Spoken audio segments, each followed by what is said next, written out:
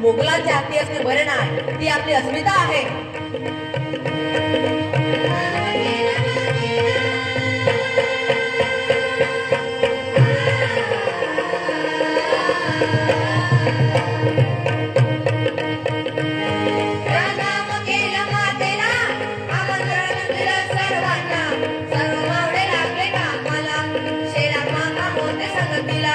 आणि एवढ्यात तानाजी मालुसरेकडून रायबाने लग्नाचे निमंत्रण घेऊन एक दूत महाराजांकडे आला. आणि तेव्हा निरोप पाठविला तानाजीला, तुम्ही लगीर कार्याला आम्ही जातो बघा लढाईला. अहो राजे हो धीरा राजे रतीची.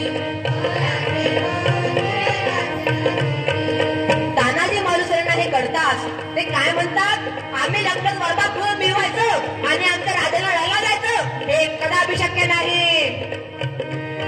तानाजीने मनी केला पण आणि दिले बघा वचन, आधी करून लगीर कोठाण्याचे नंतर लग्न रायबाचे.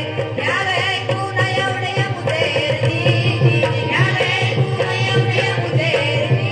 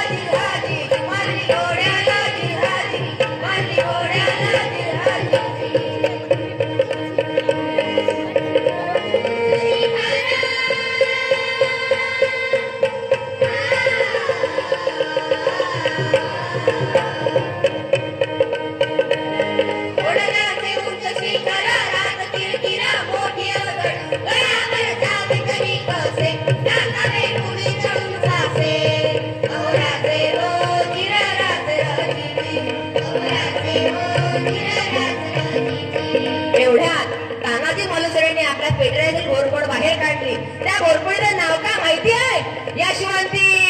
यशवंती चाल. घोरपड बांधली दोरीला, यशवंती कुंकुवाल तुला. आज यावे आमच्या मदतीला, गड येईल आमच्या हाताला. वचन दिलंय आम्ही राजाला, मावळे चढतीवर तिला. जागी होतो स्वाभिमानाला. अरे करून चढले कोणाला, चढले कोणाला जिराजी, चढले कोणाला जिराजी, चढले कोणाला जिराजी. राजे हो धीर राजे राजीजी, राजे हो धीर राजे राजीजी. यावेळी कोठाण्याचा किल्लेदार होता उदय खान नावाचा एक राजपूत. तानाजी म्हणतो कसा, उदय भान्या. कोण? तानाजी? हा, तुझा बाप तानाजी. अरे तू इथे काय करतोस गडावर? दिल्लीला चल, मुजरा कर, तुला किल्लेदार करतील. अरे हट, दिल्लीला मुजरा करणारे हलकत मराठ्यांची नाही. अरे एक वेळेस मी बोलेल पण वाचणार नाही. घोडेकर वाचणार नाही म्हणजे काय हो गुरुजी? अरे मराठी माणसाला ताटपणा ठेवायला दोनच माणसांनी शिकवले. एक छत्रपती शिवाजी महाराज आणि दुसरे वंदनीय बाळासाहेब ठाकरे. आणि मग तानाजीने वार बघा केला, उदय भान बघा कौलाडला, पलट वार त्याने बघा केला. तानाजीच्या तोंडा आलीला, कमरेचा काढून शेला, शेल्यावर खेती वाराला. उदय भान देरी साधला, उदय भानच्या एका वाराला तानाजीचा हात उडविला. इंच जखमा उतारा, रक्ताच्या थाळ्यात तानाजीला बघून 80 वर्षाचे शेलार मामा उदय भाण्यावर धावून आले. मामानी मारलं उदण्याला, पाऊल गेलं वाराला. दरबारीला छातीवर मामा बदललेला, दातानी कोला लढीला.